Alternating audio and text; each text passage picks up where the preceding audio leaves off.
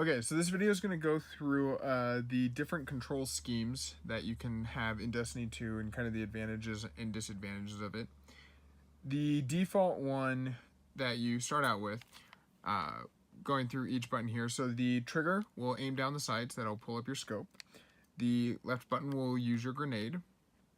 The right button will punch or do your melee. And the right trigger will fire your weapon. For the sticks, moving the left one will move your character. Moving the right one will move your camera. If you push the left stick in, let me see if I can get that. Yeah, barely. But if you push that in, then you can run around. And if you push the right stick in, you will highlight other players. So if you're in a social space, you can target them and then see their profile, inventory, whatever. If you push these two buttons together, that will activate your super ability if you have it charged up. Pushing the triangle will switch weapons, and then if you hold it down, that will pull out your heavy weapon.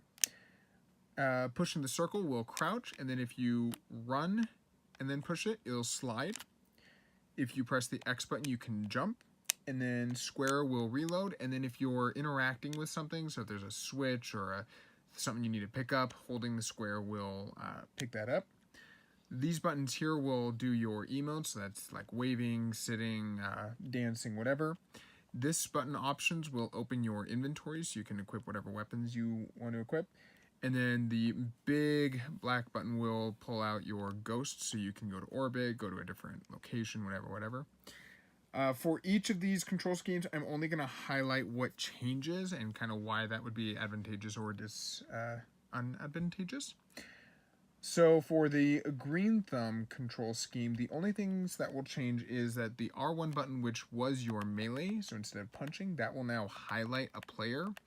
And then your right stick, which previously highlighted a player, will now be a melee.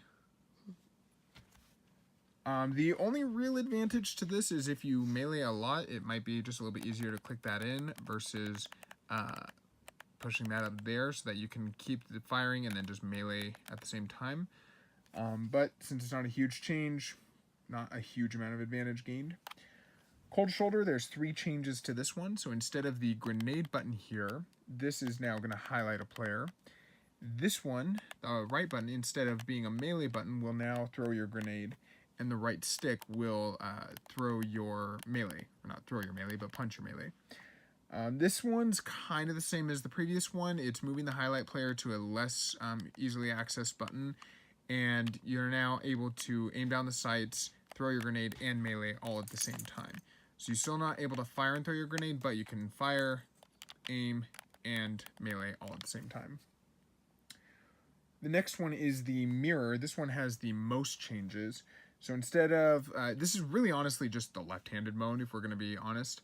Instead of aiming down the sights, this is going to fire. Instead of grenade, this is going to melee. Instead of firing, this will aim down the sights. And instead of meleeing, this will grenade. So switching the two, essentially. And then instead of the left stick sprinting, that will highlight player. And instead of the right stick highlighting player, that will sprint. So if you are left-handed, that might be a lot more of an easier option to be a little more effective in the game. The next one is Jumper. This one has a good number of changes, but a lot of professional players use this one, and we'll get into why that is in a second. But the changes are that the left button, instead of doing a grenade, will actually jump. So it's one of the few, if not the only one, that changes the jump. The right button, instead of meleeing, will be your grenade button. The right stick, instead of highlighting a player, will now melee. So just like most of the other changes, we have the grenade in a different place and the melee in a different place. The other big change is that now left button and right button together will now highlight the player, and the X will use the super. So our jump went to here, so this is no longer jump, and this is now our super instead of these two together. The reason that a lot of professional players use this is because I can now jump while aiming and firing. So I can fire, jump, and aim down all at the same time. I can jump and grenade at the same time. Instead of having to move my hand here, as soon as I have to move my thumb over here, I can't look around anymore. So if a player is moving and I'm trying to get them, I can track them while jumping all at the same time. The other big change is that this requires 2 different fingers to activate my super in the normal default. Now I can just press one button, so I can be aim down sights and immediately activate my super at the same time. I can be running, super, go. The last one is Puppeteer, and this one honestly almost kind of confuses me because I'm not 100% sure why this is an option, but it's an option, so we'll cover it. The only change is that the highlight player button moves to the circle, and the crouch/slide that was here goes to the right stick.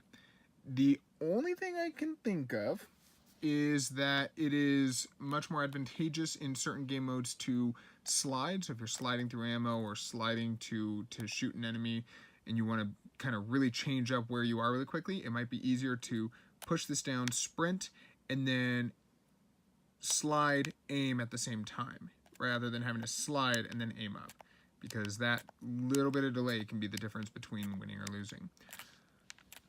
So honestly, like I said, most of the time a new player will just use the default, and that's fine. You can get used to how the buttons work. I do recommend trying out the different options first and figuring out one that works for you. I personally use the what's called the bumper jumper, the jumper mode, because again, it really does become really advantageous to be able to jump, look down, and grenade all at the same time, rather than having to jump, look down, and then grenade. Otherwise, I would also recommend the Puppeteer, I guess, if you really want to slide a lot and a lot faster. The other options are just kind of up to your personal preference. Like I said, mirror is really good if you're left-handed. But yeah, otherwise, just experiment with them and find one that works for you.